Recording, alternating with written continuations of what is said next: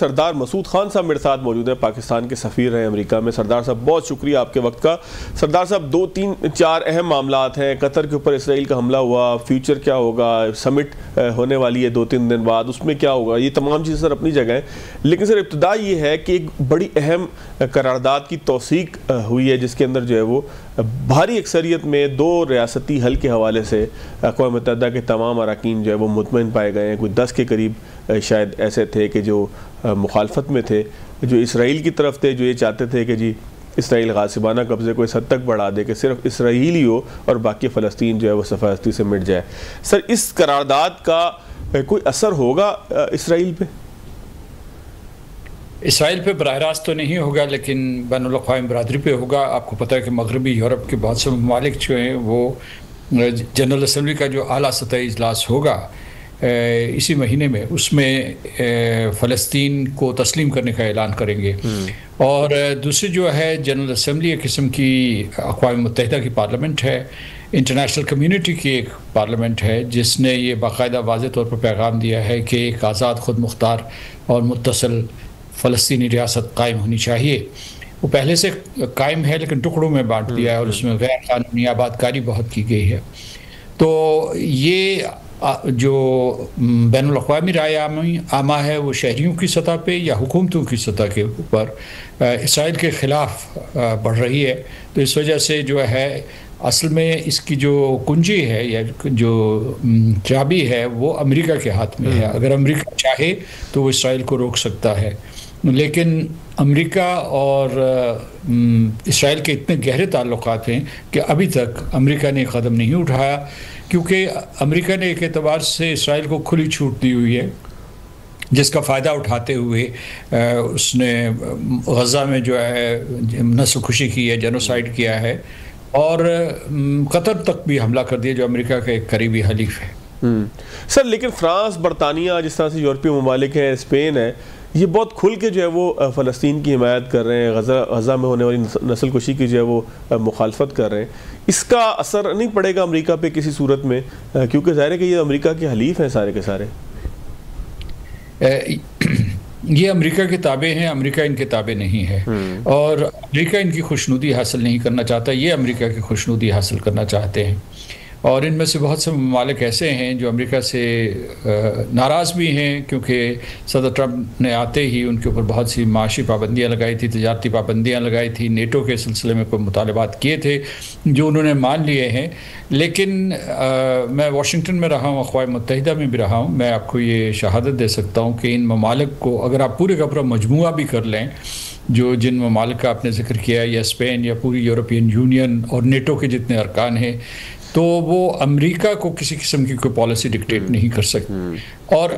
امریکہ کی کوئی پالیسی اس وقت تک حتمی شکل اختیار نہیں کرتی جب تک کہ اسے اسرائیلی لابی منظور نہ کر دے۔ اسرائیلی لابی امریکہ میں بہت مضبوط ہے، کانگریس میں بھی، انتظامیہ میں بھی، اور بہت سے دوسرے جو مالیاتی یا تعلیمی ادارے ہیں یا جو بھی پالیسی ساز ادارے ہیں، تھنک ٹینکس ہیں، جو بھی ہیں، کالجز، یونیورسٹیز، جہاں بھی آپ جائیں تو ان کی بڑی گہری چھاپ ہے، ان کا بڑا اثر و نفوذ ہے۔ تو اس وجہ سے یہ ہے کہ امریکہ کے بھی ایک اعتبار سے میں کہوں گا کہ ہاتھ بندھے ہوئے ہیں، اور امریکہ میں آوازیں اٹھ رہی ہیں۔ میں گزشتہ برس تک وہاں امریکہ میں پاکستان کا سفیر تھا، تو وہاں میں نے دیکھا 2-2.5 سال میں کہ کس طریقے سے کالجز میں اور سٹیزنز کی سطح پہ کتنا اسرائیل کے ظلم و ستم کے خلاف رد عمل تھا، لیکن ان کی آواز مطلب یہ ہے کہ وہ امریکہ کے بڑے بڑے شہروں میں اور ریلوے اسٹیشنز میں اور جو بھی چوراہے ہیں، چوک ہیں، ان میں احتجاج ہوا۔ لیکن امریکی حکومت، وہ بائیڈن ایڈمنسٹریشن ہو، ٹرمپ ایڈمنسٹریشن ہو، وہ ٹس سے مس نہیں ہو سکتے تھے، ان کے ہاتھ بندھے ہوئے۔ اور دوسری طرف امریکہ یہ سوچتا ہے، اس کے جو پالیسی ساز یہ سوچتے ہیں کہ اسرائیل مشرق وسطیٰ میں ان کے مفادات کا پہرے دار ہے، لیکن اب جب امریکہ کے ایک اور مفاد کو آپ نے یعنی مطلب قطر کو ضرب کاری لگائی ہے، تو اس کی وجہ سے وہاں جو ہے ایک خاص قسم کا رد عمل ہوگا، اور خود صدر ٹرمپ کی جو بیس ہے، جس کو میگا بیس کہتے ہیں یا امریکہ فرسٹ بیس کہتے ہیں، جنہوں نے انہیں منتخب کروایا، جس کی وجہ سے وہ اتنے ایک مضبوط صدر مانے جاتے ہیں، اس میں بھی اسرائیل مخالف آوازیں بہت بلند ہوتی جا رہی ہیں، اور اس سے ہو سکتا ہے کہ کوئی کسی قسم کی کوئی تبدیلی آئے۔ ایک اور جو ہے آپ نے دیکھنا ہے کہ کل جو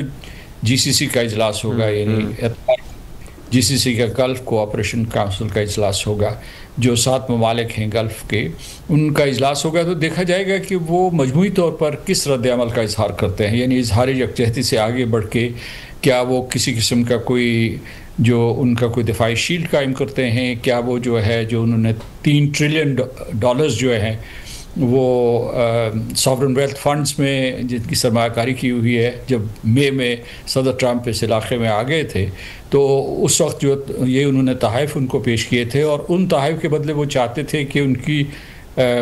جو سیکیورٹی ہے وہ 100% محفوظ ہو، لیکن اس حملے کے بعد یہ محفوظ نہیں ہوئی۔ اس کے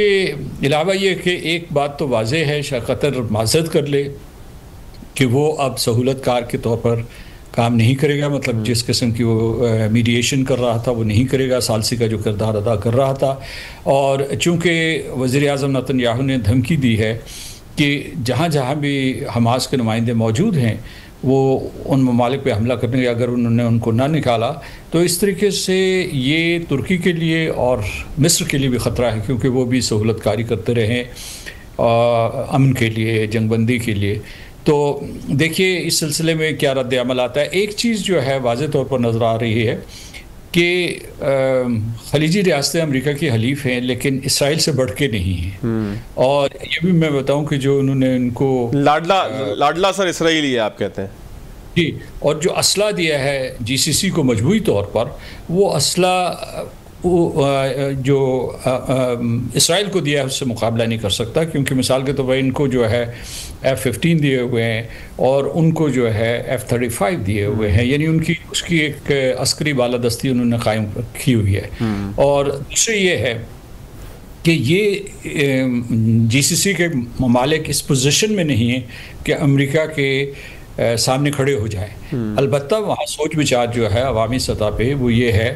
کہ کیا صرف انہیں امریکہ کے اوپر انحصار کرنا چاہیے، کیا انہیں جو ہے فرض کیجئے کہ دفاعی اعتبار سے تو وہ اب تک مکمل طور پر امریکہ کے اوپر اعتبار کرتے رہے، ان کے رہے ہیں تعلقات چین کے ساتھ، معاشی تعلقات، اور روس کے ساتھ بھی ان کے تعلقات ہیں، لیکن سیکیورٹی اور دفاع کے سلسلے میں ان کا مکمل انحصار امریکہ پہ رہا ہے۔ اور امریکہ خود جو ہے اس نے یہاں جو قطر میں سب سے بڑا ان کا مشرق وسطیٰ کا فوجی اڈہ ہے وہ قطر میں ہے، دوحہ میں۔ تو یہ ان تمام حقائق کے باوجود میں نہیں سمجھتا کہ یہ ممالک امریکہ کے خلاف کھڑے ہو جائیں گے، یا ایسا کرنا ان کے مفاد میں ہوگا، لہٰذا یہ کوئی میرا خیال ہے درمیانی راستہ اختیار کریں گے جس میں ان کی فیس سیونگ بھی ہو جائے، اور اس بات کو یقینی بنا دیں کہ آنے والے ہفتوں یا مہینوں یا سالوں میں جو ہے وہ اسرائیل ان کے اوپر حملے نہیں کرے گا۔ ایک جو اس کا شکار ہوئی ہے ایک چیز وہ ہے ابراہیم اکارڈز، سعودی عرب جو ہے اس کو منوایا جا رہا تھا، سعودی عرب کی کچھ شرائط تھی، اسے منوایا جا رہا تھا کہ آپ کیونکہ بحرین پہلے کر چکا تھا، اس کے بعد UAE پہلے سے کر چکا تھا، عمان جو ہے اس کے اسرائیل کے ساتھ تعلقات ہیں، تو وہ سمجھتے کہ اگر سعودی عرب کر جائے گا تو یہ بہت بڑی فتح ہوگی اور اسرائیل کا جو ہے علاقے میں خاص مقام ہو جائے گا، ایک قسم کا قانونی مقام ہو جائے گا۔ وہ اس پورے کے جو قطر پہ حملہ کیا گیا ہے اس سے یقیناً سعودی عرب بھی پیچھے ہٹ گیا ہے، ہٹے گا، اور بلکہ میرا خیال ہے کہ وہ اسے یہ احساس ہوا ہوگا کہ اگر وہ ایسا کر بیٹھتا تو اس کہ اتنی جلدی میں اگر اب تک کر بیٹھتا تو یہ کتنی بڑی سنگین غلطی ہوتی۔ تو یہ حالات ہیں، لیکن یہ ہے کہ سر اس میں ایک چیز سر اور فرمائیے گا، نتن یاہو نے پاکستان کا تذکرہ کیا ہے اپنے ویڈیو پیغام میں، پھر گزشتہ روز آپ نے یہ بھی دیکھا کہ عاصم افتخار صاحب نے بڑے پولائٹ انداز سے اقوام متحدہ میں اس معاملے کے اوپر اسرائیل کو آئینہ بھی دکھایا، گفتگو بھی کی۔ تو اب اگر ہم اس کی سگنیفیکنس دیکھیں تو کیا یہ صرف ایک استعارہ تھا، ایک صرف اشارہ تھا کہ آپ کوئی بات سمجھانے کے لیے کوئی مثال دے دیں، یا اس میں کہیں نہ کہیں پاکستان کا حقیقی تھریٹ کی صورت میں تذکرہ بھی تھا؟ وزیر اعظم نتنیاہو نے پہلے بہت سے ایک دو ان کے پہلے سے بھی فوٹیج موجود ہے جس میں انہوں نے پاکستان مخالف بیانات دیے ہوئے ہیں اور پاکستان کی نیوکلیئر صلاحیت کے اوپر انہوں نے تبصرہ کیا ہوا ہے، منفی تبصرہ کیا ہوا ہے یا اسے خطرہ قرار دیا ہے۔ یہ بھی اپنی جگہ پہ ایک حقیقت ہے کہ اسلامی دنیا میں پاکستان واحد ملک ہے جو مسلمہ جوہری طاقت ہے، اور یہ بات بھی بہت سے ممالک و بہت سے قوتوں کو قابل قبول نہیں ہے۔ تو یہ ٹھیک ہے، تو اس کا یعنی یوں کہ ہم اسے ڈسمس نہیں کر سکتے، لیکن عاصم افتخار صاحب کا لب و لہجہ تو نرم تھا، لیکن یا میں سمجھتا ہوں معتدل تھا، لیکن الفاظ بہت سخت تھے، اور اس کے مقابلے میں جو اسرائیل کا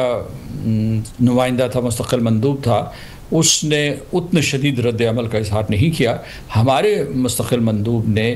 ایک تو جو اصولی ہمارا موقف ہے فلسطین کے بارے میں، جو اس کے بعد جو پہلی مرتبہ سلامتی کونسل نے ایک متفقہ بیان دیا اسرائیل کی مذمت کے لیے، اسرائیل کا نام لیے بغیر اس کا ذکر کیا، اور اس کے بعد کہا کہ کیسے وہ جاہرے ہے، کیسے نسل کشی کر رہا ہے غزہ میں، تو بہت سخت انہوں نے بیان دیا۔ اور میں سمجھتا ہوں پاکستان کا بین الاقوامی برادری میں اس بیان کی وجہ سے اور وزیر اعظم پاکستان کے قطر کے دورے کی وجہ سے جو ہے قد کاٹ بڑھ گیا ہے سفارتی سطح پہ، تو اس کو ڈسمس نہیں کیا جا سکتا۔ یعنی یوں کہ آپ کے سوال میں چھپا سوال یہ ہے کہ کیا ہمیں بھی خطرہ ہے، تو اگر وہ قطر تک پہنچ گئے ہیں تو وہ کسی بھی اس خطے میں کسی علاقے کو بھی اپنا نشانہ بنا سکتے، اور پاکستان تو ایک جوہری ریاست ہے۔ لیکن ایک چیز یہ میں بتاؤں کہ بڑے عرصے سے، کئی اشروں سے یہ بھی کوشش ہو رہی ہے کہ کسی طریقے سے، یعنی یہاں پاکستان میں حکومتی سطح پہ یہ کوششیں ہوتی ہیں، پس پردہ ہوتی ہیں، بعض اوقات عوام اس کا ساتھ نہیں دیتے، کہ اسرائیل کو تسلیم کر لیا جائے، اور اگر تسلیم کر کے حکومتی سطح پہ کوئی تعلق نہ بنے تو کم از کم جو لوگوں کے درمیان کوئی تعلق بنایا جائے۔ اور لوگ یہ بھی سوچ رہے تھے کہ اگر سعودی عرب ابراہیم اکارڈز کر دے گا تو اس کے بعد جو ہے پاکستان کے لیے شاید راہ ہموار ہو جائے گی، اور اس طریقے سے پاکستان کے لیے یہ اس وجہ سے بھی آرگیو کیا جاتا ہے کہ ہندوستان اسرائیل اور واشنگٹن کو پاکستان کے خلاف استعمال کرتا ہے، اور آپ کو پتہ ہے کہ ابھی مارکہ حق میں بھی اس نے اسرائیلی ٹیکنالوجی کو استعمال کیا تھا، اور ان کی اصطلاحات بھی جو کشمیر میں ہیں یا غزہ میں ہیں ایک ہی جیسی ہیں۔ تو یہ سیاست ذرا پیچیدہ ہے، بین الاقوامی سیاست، لیکن جو آپ کا بنیادی جہاں سے ہم نے شروع کیا تھا آپ کے پہلے سوال سے کہ جنرل اسمبلی کا پیغام بہت ہی اہم پیغام ہے، اور اس کی اپنی جگہ پہ اہمیت ہے، علامتی ہے۔ ابھی آپ نے دیکھنا ہے کہ اسلامی تعاون تنظیم، عرب لیگ، GCC مل کر کچھ کر سکتے ہیں یا نہیں کر سکتے۔